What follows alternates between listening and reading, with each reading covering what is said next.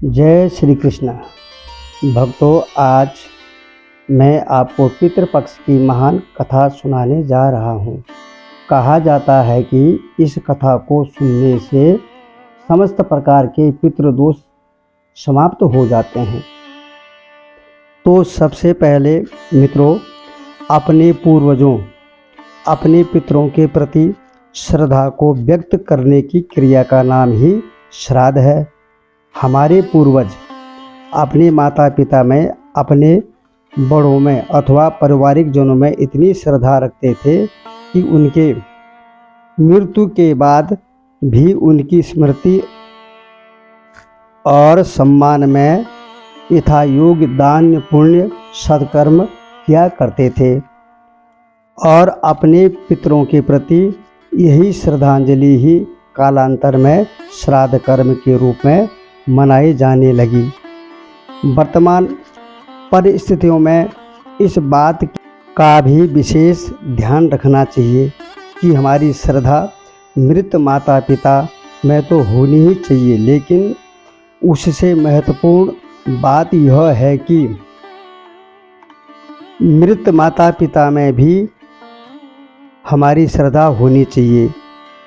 श्रद्धा वही फलदायी होती है जो जीवित माँ पिता के प्रति, अन्यथा उनके मरने के बाद किया जाने वाला श्राद्ध एक आत्म प्रवंचना से ज़्यादा कुछ नहीं है। कहने का मतलब सीधा तात्पर्य यह है कि जीते जी अपने माता पिता की पूर्ण रूप से सेवा करें, उन्हें किसी भी प्रकार का दुख ना हो, उन्हें किसी प्रकार का कष्ट ना हो, और मृत्यु के बाद तो श्राद्ध किया ही जाना चाहिए, लेकिन जीते जी भी उनका ध्यान हमेशा रखना चाहिए।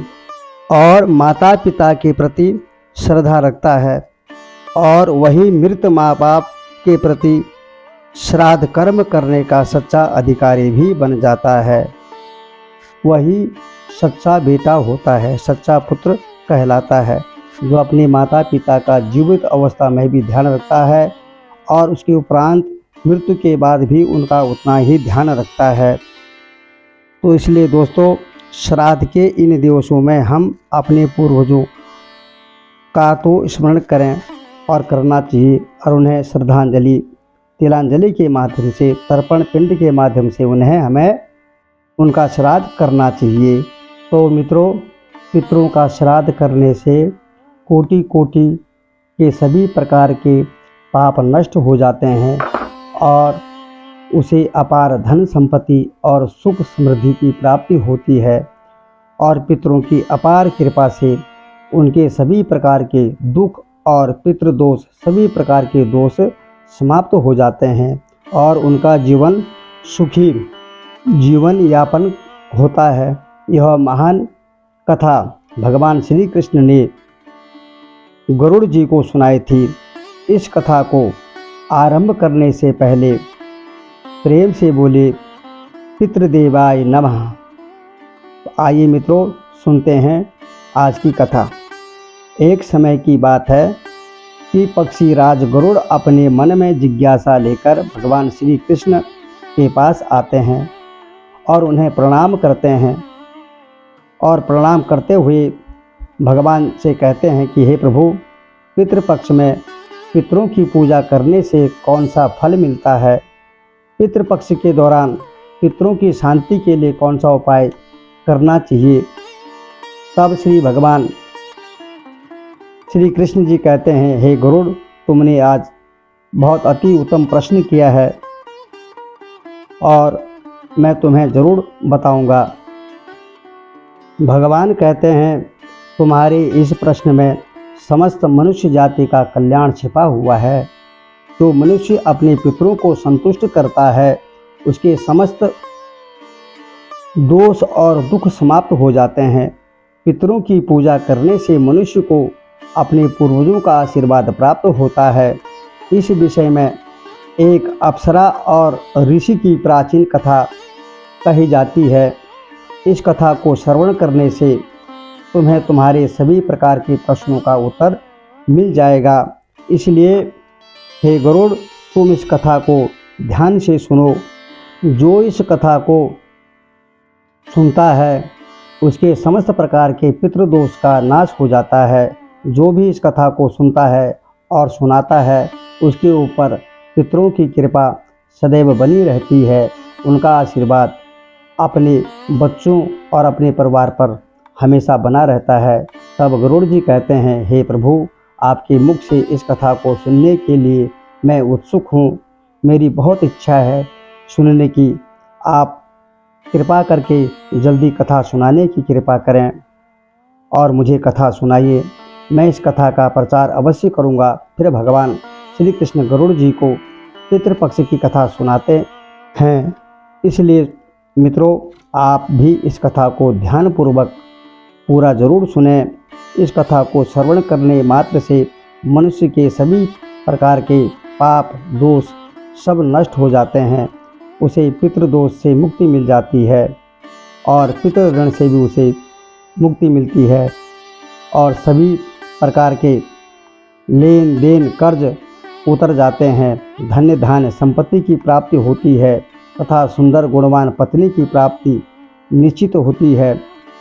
संतानहीन को संतान प्रदान करने वाली यह कथा अत्यंत ही महान है। पितृपक्ष के दौरान इस कथा का श्रवण प्रत्येक मनुष्य को करना चाहिए। इसका श्रवण करने से पितृदेव अति प्रसन्न हो जाते हैं और पितृदेव जब प्रसन्न होते हैं तो पितृदेवों का गुणगान स्वर्ग लोक में भी किया जाता है और पृथ्वी लोक में भी किया जाता है। देखो, आपके अपने बच्चों के दिए हुए संस्कार आज आपके कितने अच्छे काम आ रहे हैं। तो इसलिए पितृ भी बड़े खुश हो जाते हैं, संतुष्ट हो जाते हैं और अपने बच्चों को, अपने कुल कोटि को जो है आशीर्वाद प्रदान करते हैं। तब श्री कृष्ण जी कहते हैं, हे गरुड़, प्राचीन काल की बात है। रुचि नामक एक राजा थे जो संसार के माया मोह को छोड़कर निर्भय होकर ब्रह्मचर्य का पालन करते हुए निरंकार भाव से पृथ्वी पर विचरण करने लगे। उन्होंने संसार की सभी खुशियों और भोगों का त्याग कर दिया। उन्होंने घर में रहना भी छोड़ दिया। वह एक बार ही भोजन करते थे और वन में भटकते थे।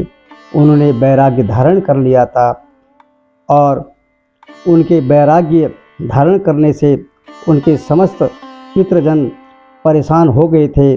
उन्हें बहुत दुख हो रहा था कि हमारे वंश को बढ़ाने वाले ने वैराग्य धारण किया है, घर बार सब छोड़ दिया है, हमारा वंश आगे कैसे बढ़ेगा। इस प्रकार की चिंता जो है सभी पितृगण करने लगे और अपने वंशज को इस प्रकार से वंश को नष्ट करता हुआ देखकर उन्हें भय लगने लगा। उन्होंने सोचा कि वह स्वयं चलकर अपने वंशज से मिलेंगे और उसे वैराग्य का त्याग करने के लिए कहेंगे।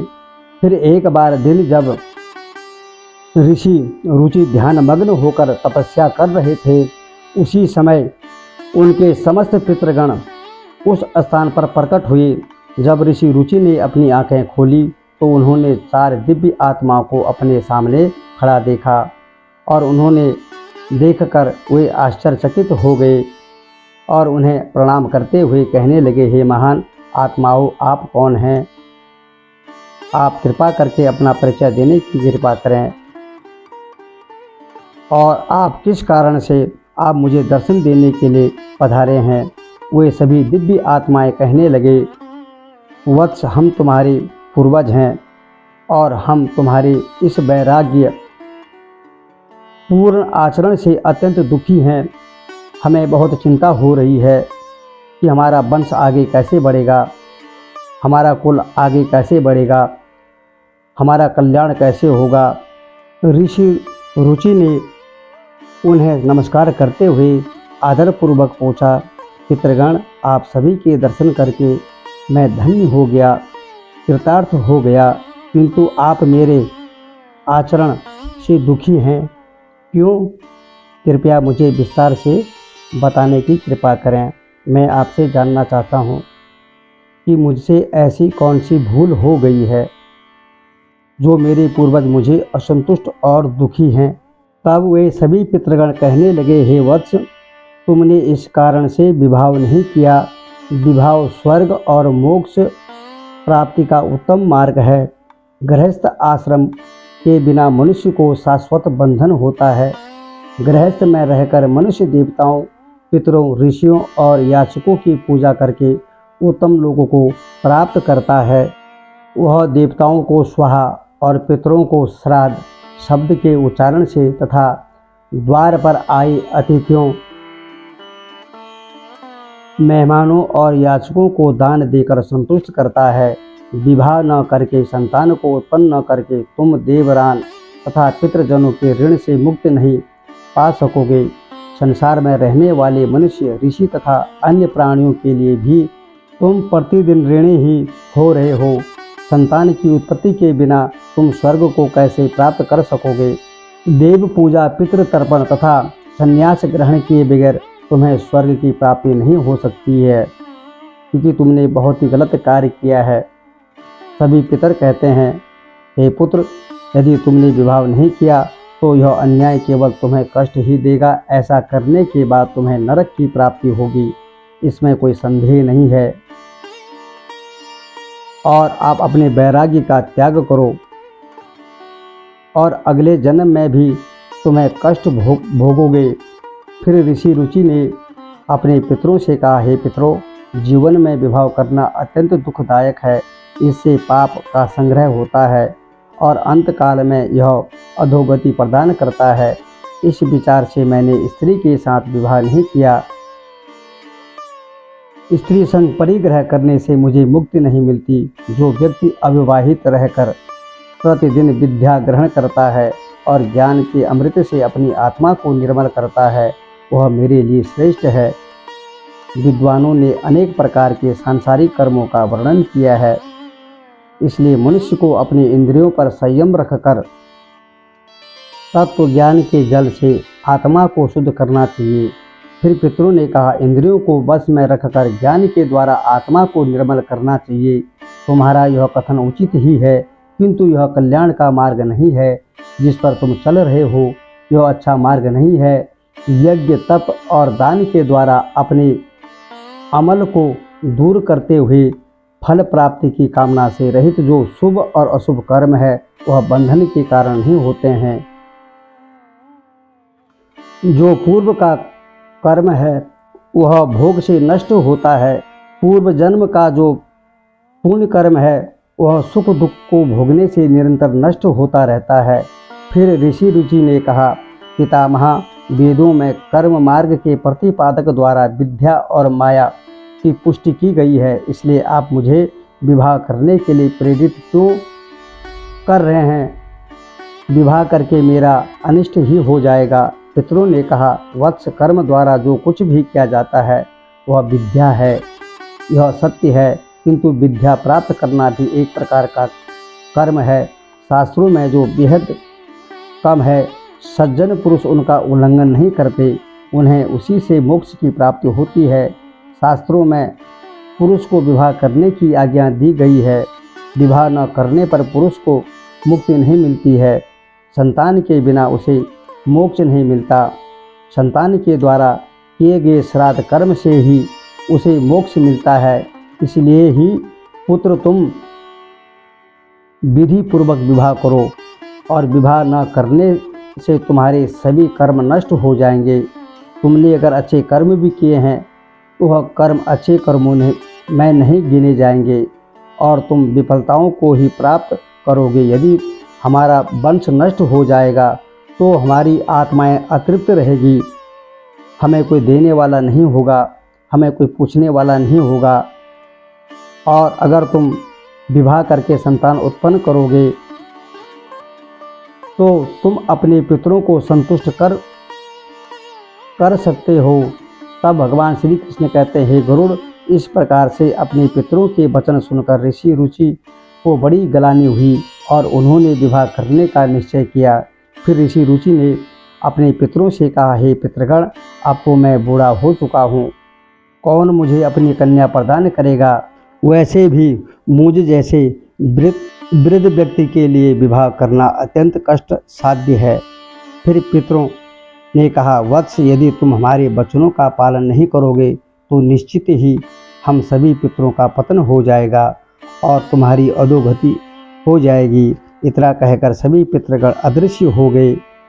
तब भगवान श्री कृष्ण कहते हैं, हे गरुड़, पितरों के द्वारा ऐसे वाक्य सुनकर ऋषि रुचि मन ही मन अत्यधिक व्याकुल हो उठे और अपने पितरों की मुक्ति के लिए विवाह करने का विचार करते हुए वे कन्या की खोज में पृथ्वी लोक पर विचरण करने लगे, किंतु उन्हें कहीं भी कन्या की प्राप्ति नहीं हो सकी और अपने पितरों के वचनों को बार बार मन में सुनते हुए चिंताग्रस्त होकर सोचने लगे, मैं क्या करूं, कहां जाऊं, मेरे पितृगणों को मुक्ति दिलाने के लिए कौन सी स्त्री मुझे विवाह करेगी। इस प्रकार देर तक विचार करने के बाद ऋषि रुचि ने ब्रह्मदेव की तपस्या करना शुरू कर दिया। ऋषि रुचि ने 100 वर्षों तक एक वन में घोर तपस्या की और उसके बाद जगत पिता ब्रह्मा जी ने उन्हें दर्शन दिए और कहा, रुचि, मैं तुम्हारी तपस्या से प्रसन्न हूँ। तुम्हारी जो भी अभिलाषा है, जो भी आप चाहते हो, उसे प्रकट करो, मैं अवश्य उसे पूर्ण करूँगा। तुम्हारा तप बेकार नहीं जाने दूंगा। तब ऋषि रुचि ने ब्रह्मदेव को प्रणाम करते हुए कहा, हे परमपिता, मेरे पितरों ने मुझे संतान उत्पन्न के लिए कहा है, किंतु इस समय मुझे विवाह के लिए कोई कन्या दिखाई नहीं पड़ रही है। मैं क्या करूं? मैं कहां जाऊं? मैं कहां से अपने विवाह के लिए कन्या ढूंढूं? मैं बुजुर्ग हो चुका हूं, इसलिए कृपया आप मुझे कन्या प्रदान करें, जिससे विवाह करके मैं संतान प्राप्त कर सकूं। इस पर ब्रह्मदेव ने कहा, विप्र, तुम संसार के प्रजापति हो जाओगे, तुम्हारे द्वारा प्रजा की सृष्टि होगी। तुम्हारे पितरों ने उचित ही कहा है कि तुम्हें स्त्री से विवाह करना चाहिए। इस अभिलाषा को मन में रखते हुए तुम्हें पितरों की पूजा करनी चाहिए। वह प्रसन्न होकर तुम्हारी इस कामना को पूर्ण करेंगे और तुम्हें उत्तम स्त्री की प्राप्ति होगी। इस प्रकार कहकर ब्रह्मदेव अंतर्ध्यान हो गए और ब्रह्मा जी के वचन सुनकर ऋषि रुचि ने पुनः अपने पितरों को प्रसन्न करने का निश्चय किया। फिर ऋषि रुचि नदी के तट पर पहुँचे और एकांत में उन्होंने अपने पितरों का तर्पण करके संतृप्त किया और उसके पश्चात एकाग्रचित्त होकर वे भक्तिपूर्वक अपने पितरों की स्तुति करने लगे।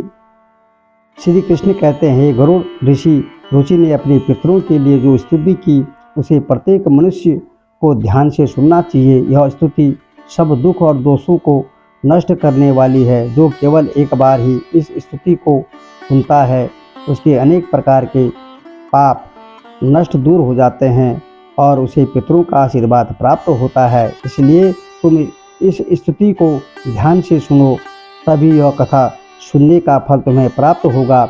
महात्मा रुचि इस प्रकार स्तुति करने लगे, जो आदि देवताओं के रूप में विद्यमान है और जो श्राद्ध के अवसर पर देवताओं से स्वधा द्वारा तृप्त किए जाते हैं, उन सभी पितृगणों को मैं नमस्कार करता हूँ। स्वर्ग में अवस्थित महर्षिगण भक्ति मुक्ति की कामना से मानसिक श्रद्धा द्वारा जिन्हें भक्तिपूर्वक तृप्ति करते हैं, उन सभी पितरों को मैं बारंबार प्रणाम करता हूँ। अग्नि समन बड़े सहित अजा और सोमप नामक पितृगण हैं, वे सभी इस श्राद्ध में मेरे द्वारा संतृप्त होकर तृप्ति को प्राप्त करें। अग्निशाख पितर मेरी पूर्व दिशा की रक्षा करें। बरिषद नामक पितृगण सर्वदा मेरी दक्षिण दिशा की रक्षा करें। आग पितृजन पश्चिम दिशा की तथा सोम पितृगण उत्तर दिशा की रक्षा करें। यह समस्त पितृजन राक्षस, भूत, पिशाच और असुर गणों के कारण उत्पन्न दोष से नित्य सब प्रकार से हमारी रक्षा करें। पितरों के 31 गण होते हैं, जिनसे यह संपूर्ण जगत पर व्याप्त है। यह सभी पितृजन इस श्राद्ध में मेरे द्वारा संतुष्ट हो। इस प्रकार ऋषि रुचि द्वारा स्तुति करने पर पितर अत्यंत प्रसन्न हो गए और इस समय एक दिव्य तेज उत्पन्न हुआ, जो आकाश मंडल में चारों ओर व्याप्त हुआ। संपूर्ण विश्व को अपनी तेज से अच्छा अधिक करने वाली उस रोशनी को देखकर ऋषि रुचि अपने घुटने पर बैठकर फिर से पितरों की स्तुति करने लगे। रुचि की स्तुति सुनकर पितृगण अत्यंत प्रसन्न हुए और वह बहुत ही खुश हो गए और वह उनके सामने प्रकट हुए। रुचि ने पुष्प से उन्हें निवेदन किया था।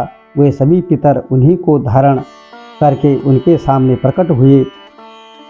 रुचि ने भक्तिपूर्वक हाथ जोड़कर अपने पितरों को प्रणाम किया और निवेदन किया। प्रसन्न होकर पितरों ने कहा, पुत्र, तुम्हारी यह स्तुति से हम अत्यंत प्रसन्न हुए, इसलिए अब तुम्हारी जो भी कामना है वह निसंकोच होकर कहो। यह नतमस्तक होकर रुचि ने पितरों से कहा, हे पितृदेव, ब्रह्मदेव ने सृष्टि की रक्षा करने के लिए मुझे प्रजापति बनाया है, इसलिए मैं आपसे संतान उत्पन्न करने में समर्थ गुणवान चरित्रवान पत्नी की कामना करता हूँ। फिर पितरों ने कहा, इसी स्थान पर अभी इसी क्षण तुम्हें उत्तम मनोरमा पत्नी की प्राप्ति हो और उसी से तुम्हें पुत्र प्राप्त होगा। रुचि का पुत्र बुद्धिमान और बलशाली होकर तीनों लोकों में ख्याति प्राप्त करेगा। उसके भी अतिशय बलवान, महापराक्रमी, महात्मा और पृथ्वी का पालन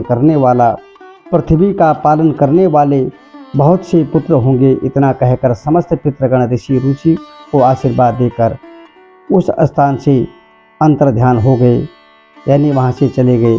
और पितरों के अंतर्ध्यान होते ही पितरों की कृपा से इस समय उस नदी के मध्य से ही रुचि के समीप प्रिय लगने वाली सुंदर श्रेष्ठ एक अप्सरा प्रकट हुई। उसी श्रेष्ठ अप्सरा ने मधुर वाणी में महात्मा रुचि ने कहा, हे वरुण के पुत्र, महर्षि पुष्कर द्वारा मेरी एक अतिशेष सुंदर कन्या उत्पन्न हुई है। मैं उस सुंदर रूप वाली कन्या को भार्या के रूप में आपको प्रदान करती हूँ। आप इसे विवाह करें।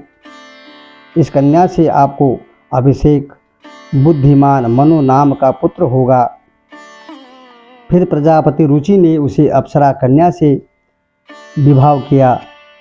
श्री कृष्ण कहते हैं, हे गरुड़, इस प्रकार श्री ऋषि रुचि ने अपने पुत्रों को प्रसन्न करके विवाह के लिए कन्या प्राप्त की और अपने वंश को आगे बढ़ाया। कथा के अंत में श्री भगवान कृष्ण ने गरुड़ जी को पितरों को प्रसन्न करने के अनेक उपाय विस्तार से बताए। मनुष्य के जीवन में पितृदोष को समाप्त करने और पितरों की कृपा प्राप्त करने के लिए अत्यंत आवश्यक माने जाते हैं। और श्री कृष्ण गरुड़ जी से बार बार कहते हैं कि पितरों को प्रसन्न करने के लिए कुछ विशेष अनुष्ठान, तर्पण और धार्मिक कार्यों का पालन करना आवश्यक होता है और इसमें नियम भी कड़े होते हैं। तो बताते हैं कि उन महत्वपूर्ण उपाय के बारे में। पितरों को प्रसन्न करने का सबसे पहले और मुख्य उपाय तर्पण है, और तर्पण का अर्थ है जल। उन्हें अर्पण करना होता है। जल अर्पण करने से पितृ तृप्त होते हैं, उन्हें तृप्ति की प्राप्ति होती है। और पितृपक्ष के दौरान पवित्र जल को हाथ में लेकर पितरों का आह्वान करते हुए उन्हें जल अर्पण करना चाहिए। और तर्पण में काले तिल, जल, दूध और कुशा का उपयोग अवश्य करना चाहिए। यह कार्य पवित्र मन से और श्रद्धा से करना चाहिए। जो अपने पितरों के प्रति जितनी श्रद्धा, जितना विश्वास रखेगा और जितना निर्मल मन से यह पवित्र कार्य करेगा, उसके पितृगण उतने ही प्रसन्न हो जाएंगे और उन्हें आशीर्वाद देंगे, जिससे कि पितृगण तृप्त होकर के, प्रसन्न होकर के, तर्पण प्राप्त करके अपने पुत्र को आशीर्वाद देते हैं। और उस समय जो है ओम पित्राय नमः श्रद्धा मंत्र का उच्चारण करना चाहिए, जिससे पितृ संतुष्ट होते हैं और आशीर्वाद प्रदान करते हैं। श्राद्ध कर्म पितरों की तृप्ति के लिए ही एक महत्वपूर्ण अनुष्ठान है। इसमें पितरों के निमित्त भोजन, फल, वस्त्र आदि श्रद्धापूर्वक दान करने से श्राद्ध कर्म करने वाले व्यक्ति को, ब्राह्मणों को भोजन कराना चाहिए और उन्हें वस्त्र एवं दक्षिणा देकर के आशीर्वाद देना चाहिए।